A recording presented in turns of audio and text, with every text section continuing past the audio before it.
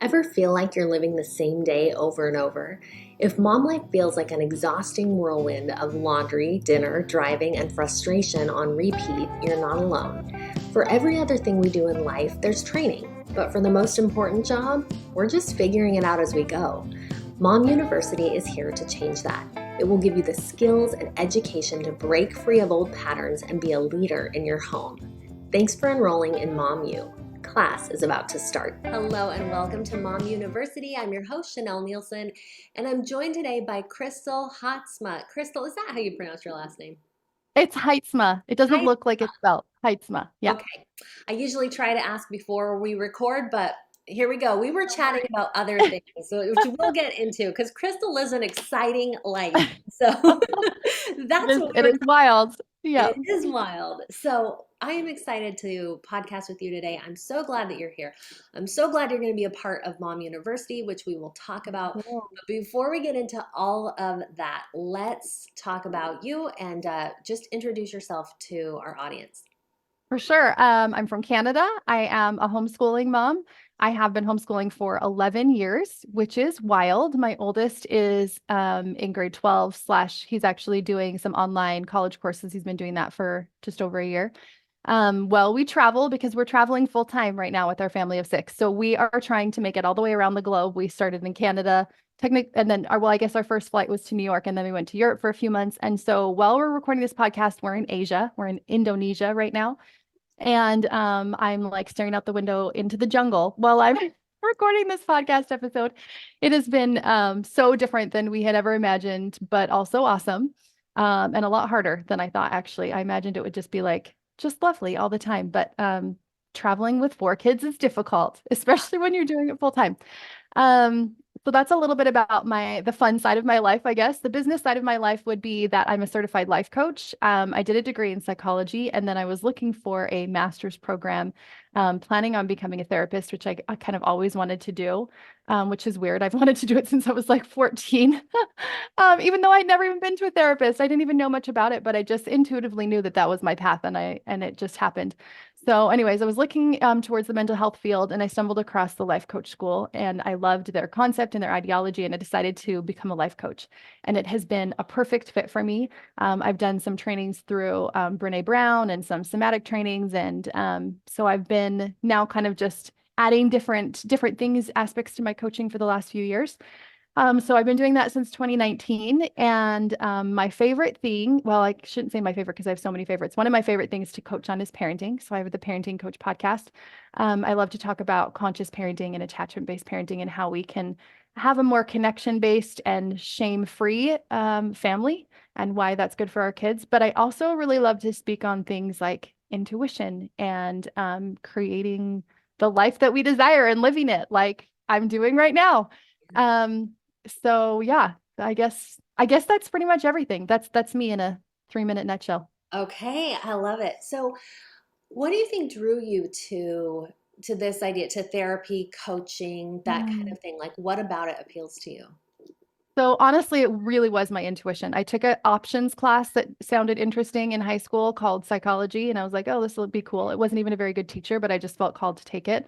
And as I was reading through the textbook while the teacher was like talking about something, because it really wasn't a very entertaining class, I was reading through the textbook and I just knew, like literally, it was like a message to my heart of like, this is your future. I didn't know why, and I never once questioned it after that. Like it just always felt good. The more I learned about it, and I think the thing I love so much is I love to understand human behavior. I love to see people communicate with each other and connect with each other. And I love to be looking at that and kind of analyzing, like, why do they respond in that way? Right. My daughter totally had this huge meltdown last night. And I was thinking about it afterwards. And I was like, I wonder what spurned that because on the outside, we just see this huge meltdown. But it was so fascinating to me to figure out what the root behind that was, which is shame. And it usually is shame. And it was for her last night, too. So that's why I love Brene Brown because that's her MO. She talks about shame all the time. But yeah, I think it's just the curiosity of why do we do what we do, and helping people to remember that healing isn't like I'm broken, so now I need healing, but it's I am actually whole and amazing and enough, which is the opposite of the message that shame is giving us. And we just need to remember that. And I think healing is just being in spaces where we can continuously remember that. Oh, I love that. Okay, that's so cool. It always is interesting to me to hear, what makes people tick. Like Mhm. why something appealed to you because a lot of, people sometimes end up in the same career path or whatever for different reasons. And I love that this was an intuitive step for you and that you've brought that into your coaching as well. Like that's something that Mhm. you then turn around and teach to other people. So I think that's really cool. Yeah, I also should add that my journey here was really long. Like it went through a lot of like a decade or more of really, really, really struggling in my parenting. I'm not one of those parenting coaches that's like, this is easy and let me show you how easy this is. I don't know if there's anybody out there like that, but I really, really, really struggled. I have several neurodivergent kids with high functioning autism, ADHD, anxiety, and at the time, we didn't know, but just huge meltdowns, like so much more than just a regular tantrum, and really, really, really, really difficult behavior. And that's kind of what led me to my own healing, to my own, like, why is this triggering me so much? And why is this so difficult? And how can I support myself more? And realizing how intrinsically connected my behavior and my reactions and my kids' behavior and their reactions were. And anyway, so that really was my journey, was actually one of my kiddos that really put me on that path of like, this is not working, we need to find another way, and then finding that other way and changing things. And that's what I help others to do now. Yeah. Okay. Awesome. I wanted to talk about one of the things that you say is modern parenting is based on brain development, connection, and attachment. So I was Mhm. really curious at like how so? Why are those the things that you call out as the elements of parenting? Brain development, connection, and attachment. Yes. So modern parenting really is people that are understanding what traditional parenting is, right? Generational parenting that's been passed down to us, which is a lot of spanking, yelling, shaming. Children should be seen and not heard. Or even if you've moved beyond that, you're still very much like, this is me in my life, and this is how I want things to be in my home. And now I'm going to train you to be able to fit into this environment that I would like, or whatever. So a lot of it is consequences and behaviors, like it's behavior based, rewards and punishments focused.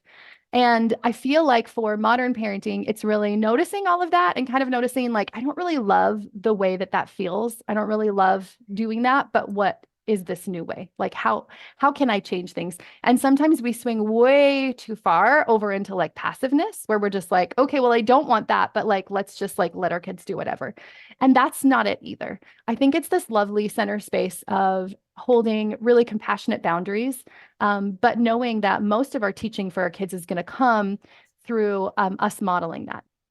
And the reason I called out brain development is because we often have much, much, much higher expectations of our kids than is actually like physiologically appropriate for what they're going through. And we don't even necessarily notice that consciously. But one of my favorite activities is to get people to write down, like, in a dream world, like, what would my kid look like? Like, what would they do? What would that life be like? And as they go through that list and then read back through it, almost every single time they notice that those expectations are even more than their behavior. They're like, I want my kids to listen the first time. I want them not to freak out so much. And when they are freaking out, I want them to figure out how to like calm themselves down and just like, go into the other room, calm themselves down, and then come back out. I want them to apologize, immediately or whatever. So we have all this list of what we would love to have happen, but we don't even behave that way. Like we don't even model the behavior that we want to see, because oftentimes we don't know how. So I think it's brain development. And then I think as we allow space and time for that brain development to grow, the connection piece is so huge, because having a secure attachment is what creates things like emotional intelligence. If you want emotionally intelligent children, it comes from having a secure attachment with a secure caregiver that's modeling emotionally intelligent behavior. And that really is what I think modern parenting is. And I think that's what this like movement of people is being drawn to and wanting. I think we just struggle with the how to often. Yeah, we do, for sure. There's so many things in there that I want to dive into. So, one is this idea of compassionate boundaries. First of all, I hear that and I just like, oh, I want Mhm. that. Like that's just it resonates with me. I get that, what that means. And I want to understand it better in real life. So tell me an Mhm. example of what that could look like in, with your kids or with clients' kids, how do you set and maintain compassionate boundaries? Yeah, I think that's a good question because I think lots of times in boundary setting, then we're like, okay, well, then if they don't uphold this boundary or whatever that I want, then I'm going to punish them or give them a reward if they do or whatever. Like we go back to rewards and punishments because we're very behavior based in our parenting approach often because that's what was modeled to us. So, one of my favorite quotes is there is a yes in compassion and there is also a no said with the same courage of heart. And I think that's Jack Cornfield, but I loved that we think compassion is always yes, yes, yes, yes, yes. Compassion is a lot of yes, and compassion is so much love. But compassion is also no. It is not compassionate for me to let my child play video games all day long and eat junk food all day long and never sleep at night because they don't want to, right? Of course, they don't want to. All of those things are huge dopamine hits. Like they're not going to want to developmentally and because of all the dopamine. So, but I understand, like, oh, as a caregiver that wants to provide a healthy environment for them, I know what's going to be healthiest for them. So how can I maintain this boundary? Well, also having room and flexibility and not being so firm. So it's like those firm beliefs loosely held. Mhm. And I love, I don't remember who said that quote, but I love that idea of like, okay, so what are the most important things for me? So for me, it's like physical safety, emotional safety, right? So we're not gonna, punch people when we're angry. That might be a boundary that you have in your home. That also might still happen, especially if you have a neurodiverse kid or if you have a toddler, it's probably gonna happen. So what am I going to do if that does happen, right? We have this boundary of we have our own physical space and bubble and we don't, hit other people when we're angry. And so I'm just going to reaffirm that. I'm just going to say it. I'm just going to say, I know you're really feeling angry. I feel like I want to hit everybody when I'm mad too. And your kids need to hear that. Your kids don't think that you feel angry like they do. They don't, they often feel so much shame come up because they don't understand that the feelings that they're feeling are normal feelings and that you're feeling them also, right? So we can match that and say, like, I can totally tell that you're feeling so much frustration. This is what frustration feels like for me. And I also feel frustration, but we also can't hit, right? And that might mean like taking the other child away with you, not a timeout, but like, let's go and take a break here. Or maybe it's you taking the other children out so that that child can calm down. I really like to lean into my intuition in that moment and decide like what feels comfortable and safe here. But it's not now you are grounded for the week. Now you lose your cell phone for the day. Now let me take away your favorite toy, right? That is the only reason those quote unquote work is because we don't want that to happen. And so out of fear, we decide to amend our behavior. But we don't want our children amending their behavior out of fear because that's not long term. That's not teaching them the principle behind it. Um, yeah, I don't know if that answered your question, Yeah, but no, it did. It's so good. I'm writing down a lot of things. I'm learning a lot because I feel like I definitely, as a parent, I tend toward, okay, well, what is the consequence?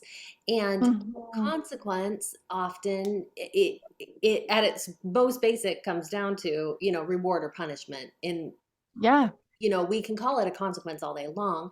And there are yes, natural consequences, right? But often it is when it's a contrived consequence that is yes. pre-deciding, this punishment. And I love this idea of just that quote, firm beliefs loosely held is, and this Mhm. idea of compassionate boundaries. I think that's really Mhm. powerful. Um, I also loved what you talked about having our expectations too high. I think that that's really Mhm. powerful. I think we see it a lot too in society. Like, um, if when my kids were younger and I brought them out, like people expect your kids to just be silent, or just Yeah. at the grocery store, not running and whatever. And they're kids, they're wiggly, they're moving, they're looking, they're touching. Like that's how they experience the world.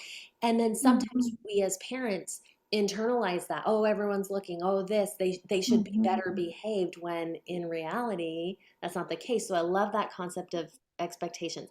The It's just other, allowing our kids to actually be themselves all yeah, the time. And that's what I mean by brain development, right? Is yeah, like, what yes. is normal and natural for a child? And how can I let them live an actual childhood instead of trying to create so many boundaries. Usually we have too many boundaries. Yeah. And like you mentioned, consequences, and the only natural consequence that's actually natural is something that happens without your intervention. You Right, have to do right. nothing for that to happen. And so I love thinking about what am I really trying to teach behind this? Like, why do I want to put in this consequence? Because I remember reading a study in a book one time that talked about kids where they were rewarding them for reading. And first of all, like a lot of kids were reading more, but after a couple of months, it dropped off. And even the kids that used to enjoy reading were reading less. And the Yeah. kids that had been excited about it weren't anymore. And then you have to either up the reward or change things or switch things around, right?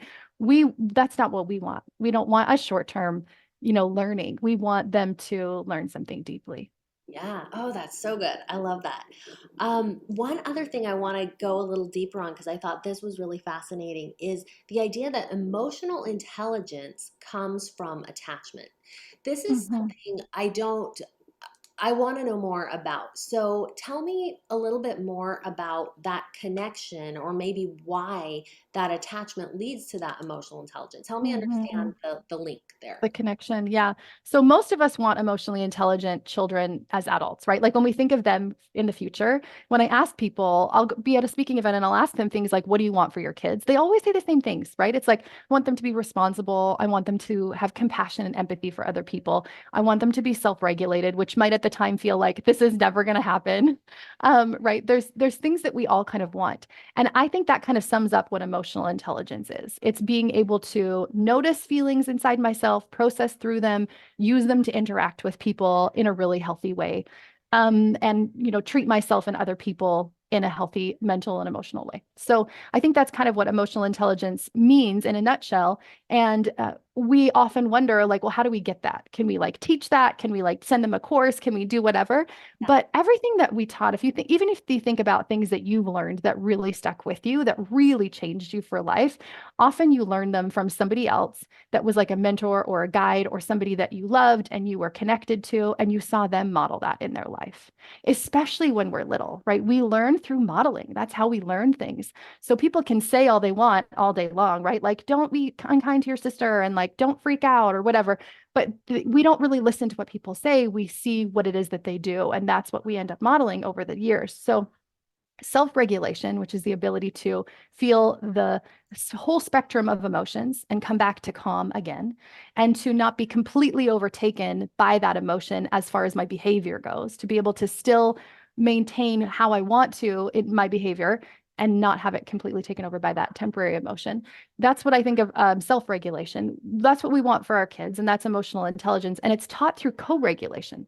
And I feel like nobody's ever talking about this. They're just like, here, let's teach and talk and tell your kids how to box breathe. And I started researching it, and everything I was reading was like, it's taught through co-regulation. So co-regulation means an adult that's securely attached, that's modeling their own self-regulation in that moment. Not that's not freaking out, because yeah, our brains are probably going to freak out when our kids freak out. That's what we do as humans. But how do I bring myself back down to calm to then be able to hold the space for their big emotion, to hold the space for as long as it takes, to be there for as long as it's going to take for them to diffuse that frustration that they have inside, which is going to happen.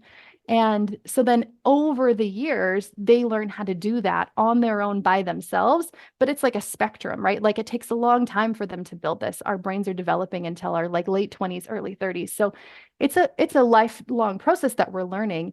And it's built through this co-regulation piece. It's built through what am I modeling to them? Am I modeling empathy, kindness, compassion, acceptance? If I'm not, if they say me, just like say that that's important, but then interact with everybody else around me in a completely opposite way, then I'm not teaching them that. That's so powerful because how often do we hear, that we need to be an example for our kids and we know it. It intuitively we know that we need to. But I love how you've just kind of broken it down of, well, this is why that matters and this is actually how we teach that. And so if we often, whatever parenting training that I've done, we go to parenting classes or whatever thinking Mhm. fix my kid and Yes.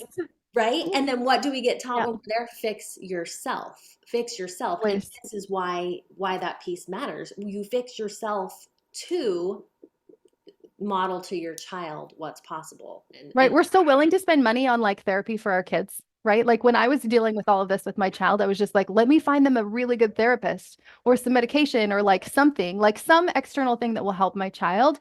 But the thing that helped the most was me changing, was my healing, was me investing in myself. And then my child just completely changed their behavior, not short term. Nothing changed short term. Let me tell you, it took a very long time. I'm going to say about a year later, I started to look back and notice, wait, there's huge changes that have happened in the last year, like leaps and bounds from the years before. And this is with the neurodiverse kids with a lot of diagnoses, with no medication and no therapy, to see such a huge change in their behavior. And this works with neurotypical kids also, obviously by what we just talked about emotional intelligence being, but it's hugely important to be the one and I don't like to shame people into like, you're doing it wrong, so you need to find the right way. Not from that, but from I want to change, I want to grow, I want to learn, I want to heal. How can I do that? So that because I know that that is what will support my child in the best way. Well, honestly, it's empowering to hear because you can't Mhm. change your kid. And if you've ever tried, it's an exercise in frustration, right? 'Cause you are trying to change that kid Mhm. so hard and they are not changing, but you Yeah, can't change yourself. And so that's empowering to know, okay, I can do something that will make a difference. So a I huge would difference. Yeah. love if you could give us a glimpse into what the process was like for you. Like if you feel comfortable, kind of what Mhm. needed to change in you, and then how did that look? How did you do things then versus now? No. So you might not be experiencing behaviors as extreme as maybe were in our house. We were getting to the point where I was like, we might need some really intensive care in our home because it was so extreme. So at the time, my child was probably about 9, and a meltdown would last for hours, and it would happen at least once, if not more than once every day. And this was not a young child; they were like 9 or 10, and it would be destroying furniture inside their room. It would be like knocking over bunk beds, holes in the walls. Like this was very, in my mind, very extreme. And I was just like, okay, how can we be safe here? Like physically and emotionally safe in this space. And so at the time, I really thought it was my child. In fact, I had an argument over email with the therapist that I was trying to hire. She was an attachment-based therapist because at the time I knew I loved attachment parenting, but I was like, but also my child's the problem. And she was like, I only work with the parents. And I was like, no, no, no. But in this case, you're going to have to work with my child. She was like, but I only, and I was like, no, no, no, no. So I finally convinced her to have our first session in my home so that she could just like see what was going on. She didn't talk to him at all. And she didn't even look at any of it. Like she just, the whole conversation was with me. But there was just a few things that she said that started to shift it. One was the brain development. One was noticing like there might be some neurodiversity here. And so it might be that this is behavior that's going to last a while. Like it might not just go away. So what are you going to do if this is behavior when he's 15, when he's 17, when he's 19? And for a moment, I hated that she said that. I'm going to tear up, but I hated it because I just thought, I need this to change. I can't handle this. But then I also thought, how do I want to be? If this is if this is our life forever, how do I want to show up for him? And so all I decided to change was me. And the next time there was a meltdown and he went into his room or whatever, I just made sure that there wasn't anything in there that I really cared about being ruined. And I just went into my room and cried because there wasn't anything else that I could do. But I didn't respond in the moment. I didn't freak out like I usually do that made him freak out more. And I just allowed myself some space. And I did that over and over and over and over again. I would try to close my mouth as quickly as I could. I would try to leave the situation as much as I could, making sure that it was safe. And I would just be with myself. And in those moments, I still felt a lot of shame, a lot of anger, a lot of frustration, but I didn't take it out on him. I just took a break. That's it. It was like so simple. At this time, I had no idea about emotional regulation. I don't even think I knew what that was. I didn't know any of the things that I know now. I had been a stay-at-home mom for years and hadn't gone to school for a long time, and I wasn't like reading a lot about this. So I didn't really have any how-tos at that moment. And when I did read the books, I didn't feel like they helped me anyways.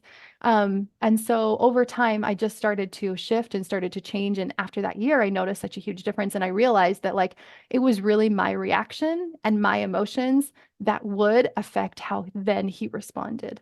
And underlying, I think what he was dealing with was also shame, and that would exacerbate everything. So really what I think I was doing was trying to mitigate that shame a little bit in my response, so I wasn't adding more onto what he was already feeling. And so then fast forward, and this happened to another child going through the same thing, same age, probably the 7 to 10 range. I then knew what a big difference it made. So I knew how to respond in that moment. So again, I would just kind of take myself away from the situation.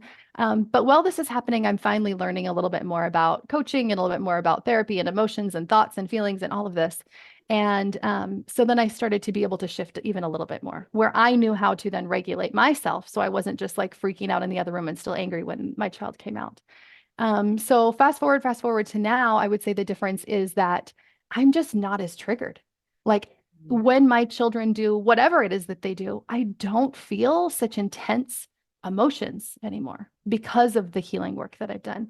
And I'm not frequently as triggered and not intensely as triggered. And when I am, I'm mostly, not all the time for sure, but I'm mostly able to remove myself, calm myself down, sometimes not even remove myself, but sit there and just breathe and feel and notice. Like last night, I was feeling triggered, not by my kids, by my husband.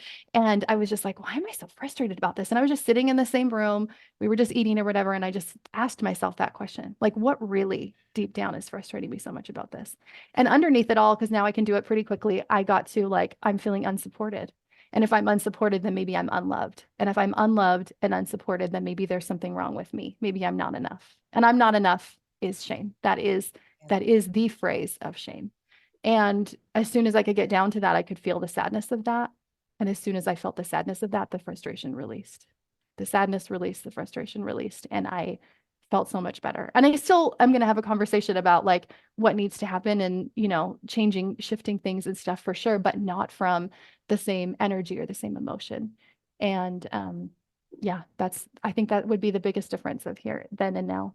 Yeah. Oh, thank you for sharing that. I feel like there's so much in there that we can learn from, and just it's so powerful. I love it.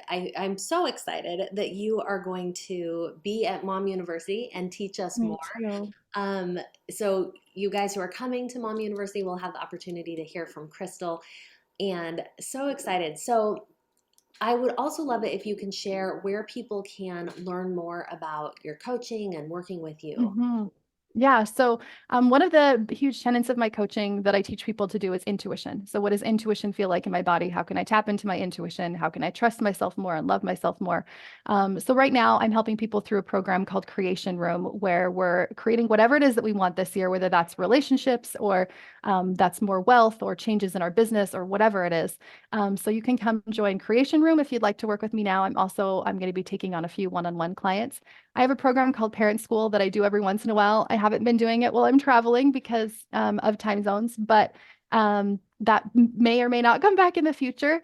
But the best way to get support from me right now is my podcast, the Parenting Coach Podcast with Crystal, and Instagram. I'm the.parenting.coach. I respond personally to each of my DMs. So if you're like, this is what I'm struggling with, I will send you a message back and give you a thought work, emotion work tip to help you kind of get that little support that you need right now. So that I needed so much back then. I'm like, where was I all of those years? People always tell me that, like, I wish I found you earlier. And I'm like, I wish I found myself earlier.